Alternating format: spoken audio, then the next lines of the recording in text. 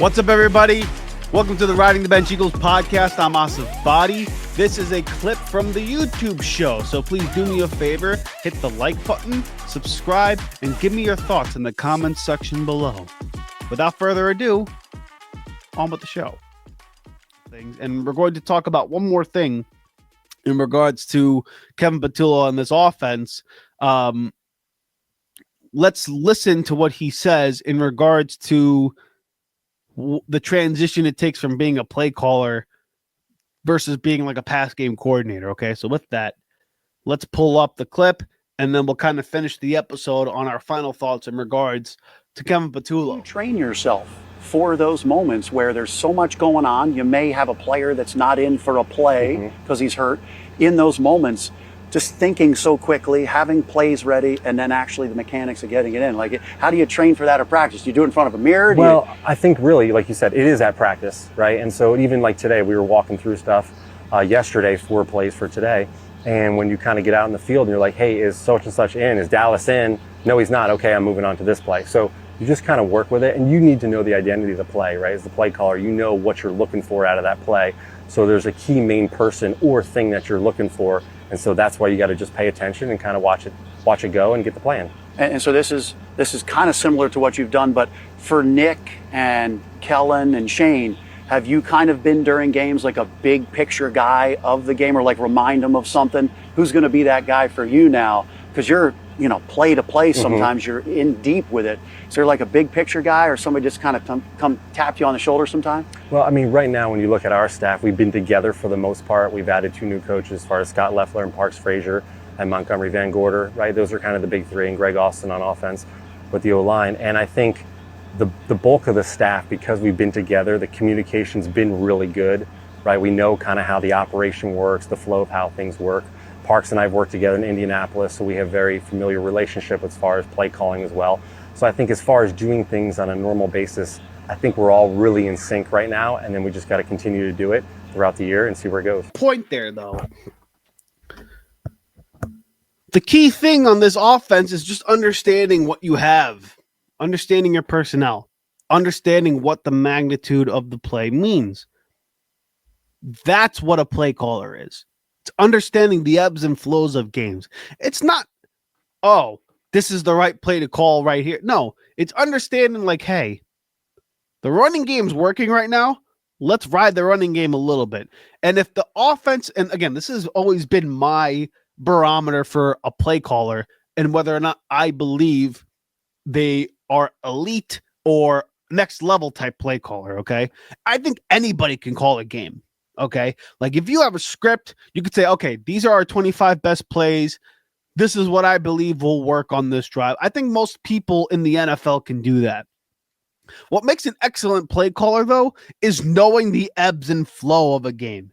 Last season, while it didn't necessarily look effective at times, Kellen Moore, I felt, understood the flow of the game. And because of that, he was play calling effectively. The year with Brian Johnson, I know we look at the results and we say he finished 8th in offense. Why did we get rid of him? It's because there was no flow in the offense. The play calling did not make sense. One play didn't build on another. That's what it looked like. It yielded great results because you have talented players on the offensive side of the ball, and we haven't been ranked below 8th in the Nick Sirianni era. Like, we've always been an effective offense, okay? But when was this offense its optimal? When you had a play caller like Shane Steichen, who I feel is probably the 2nd or 3rd best play caller in the National Football League, because he understands when the offense is stagnant, what to do to get the wheels churning again. And that's my biggest knock on play callers like Kyle Shanahan, like Matt LaFleur, like Kevin O'Connell. Like, those guys, excellent play callers, brilliant offensive minds, no doubt about it. But what they lack is when their script is not falling into place, can they offset it? They can't. I feel personally there's only a few play callers who can do that. I think Andy Reid can do that. I think Sean McVay can do that. I think Shane Steichen can do that. At times, I think Jim Harbaugh can do that. But even again, we have to wait and see because, we haven't seen the results for the Chargers yet. Point being is, last season, Kellen Moore showed he has the capability of doing that. Can Kevin Patullo do the same thing? That's my biggest question mark. I don't doubt his credentials. I think he's more than qualified. We've talked about it in episodes past. He's had a great track record of being able to add something to an offense and it leading to good results. However, again, while it's really early in camp and we're seeing the offense struggle, and again, it's not necessarily about whether or not they're playing good or not. What we need to see for this Philadelphia Eagles team, I believe, to have their best shot at repeating as Super Bowl champions is not only continuing with the running game and being able to balance that with Jalen Hurts and Saquon Barkley and all that, but it's to also be able to dictate the flow of a game and be able to find ways to get the offense churning again when you get stagnant. If you're able to do that, if Kevin Patullo comes in and is able to do that, you're going to have an effective offense. 100%.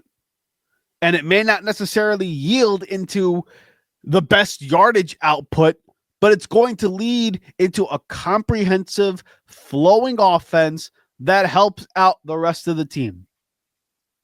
That's why last season, I didn't necessarily care that we were ranked 29th in passing offense.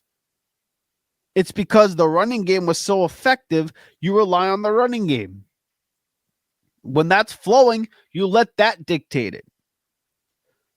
And when we did have to throw the ball, Jalen Hurts was effective enough.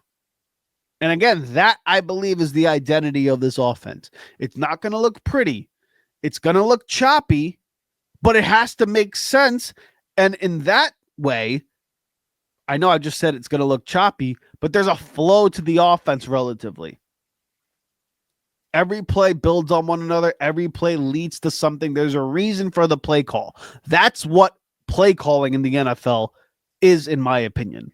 Being a special play caller is knowing the reason for your play call.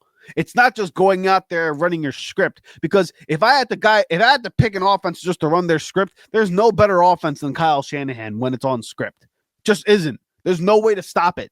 When it's on time, on rhythm, in script, it's always churning. But why has Kyle Shanahan not won the big one? It's when things go off script. It's when things are not cookie cutter. And you as a play caller have to be able to offset that. Now, what makes Jalen Hurts, in my opinion, a top 5 guy is he doesn't need to be in rhythm as a passer to be effective, right? If you get him in a choppy situation, he doesn't look at it as, I'm in panic mode here. No, because he genuinely, you ask him this question, he genuinely will tell you he does not believe in momentum. It's this figment of our imagination. And in reality, when it comes to each individual play, unless you're running a hurry-up offense, in my opinion, he's right. What result does one play yield to another? It's not the result of the play. It's the setup. It's the process of the play that leads to the result that you want. If you're running a hurry-up offense and you're getting to the line of scrimmage quickly, and you're getting this defense on their toes, letting them, and you complete a short pass, for example. You get to the line and you're tiring out the defense. The defense ends up lining up in a position where they're going to go anyway. And that's what makes the hurry-up offense so effective. In the run game, if you're just running the ball for the sake of running the ball, you're never going to be an effective offense. That's why with Brian Johnson, when we had him, it wasn't an effective offense. Because he would just run the ball sometimes for 3 straight plays. He'd be a first down. And then all of a sudden he would throw it 3-4 times. And you're like, what the hell are you doing? There was no rhythm, no flow, made no sense to the offense. Kellen Moore, there was a rhythm and flow to the offense. Whether or not it looked pretty doesn't matter. There was a flow to the offense. Can Kevin Patullo bring the flow to the offense here? And in camp, again, I don't care about the result. I care about the process. Is he getting the play calling in right? Is he throwing the right ball? Is he throwing it to the right person? Is the receiver running the right route? Are they playing in the right system? Like, are they playing the right scheme? That's what matters to me. So again, it's really early in camp in regards to the offensive struggles. So I'm not going to look too deep into whether or not this offense is struggling. We are a run-based offense that builds our passing offense with the RPO. It's tough to simulate that in camp. I'd rather do that in game, and I'd rather see that play out because we saw it play out in the NFC title game and in the Super Bowl last season. When the RPO is being used, like I said, there's no... The ceiling for Jalen Hurts when running the RPO is as high as anybody in the NFL. And when we rely on that as the base of our offense, this offense is unstoppable. But eventually the athleticism for Jalen Hurts will drop down, which is why I believe they're going to focus on traditional drop back passing offenses in training camp, but they're going to be relegated to actually relying on the RPO at some point. And when they do that, you're going to see an output that's exceptional. So we'll see what this offense will yield going forward. I'm excited for this team, but again, my main concern is mainly on defense and whether or not we have the personnel to fill what Vic Fangio wants to do. And on the offensive side of the ball, listen, it's 1 week. Let's see how it looks in a few weeks now. By the time September 4th rolls around, if we got more problems, then we got a problem. But for right now, no issues for me. Just like it shouldn't be any issues for you. Hey, thank you so much for watching the Riding the Bench Eagles podcast. If you want to continue to support the channel, please hit the like and subscribe button down below. Also, check us out on Instagram and TikTok at Riding the Bench Eagles Pod. We're also on Apple Podcasts, Spotify, iHeartRadio, you name it, we're on there. Thank you so much for listening, and please join us next time here at the Riding the Bench Eagles podcast.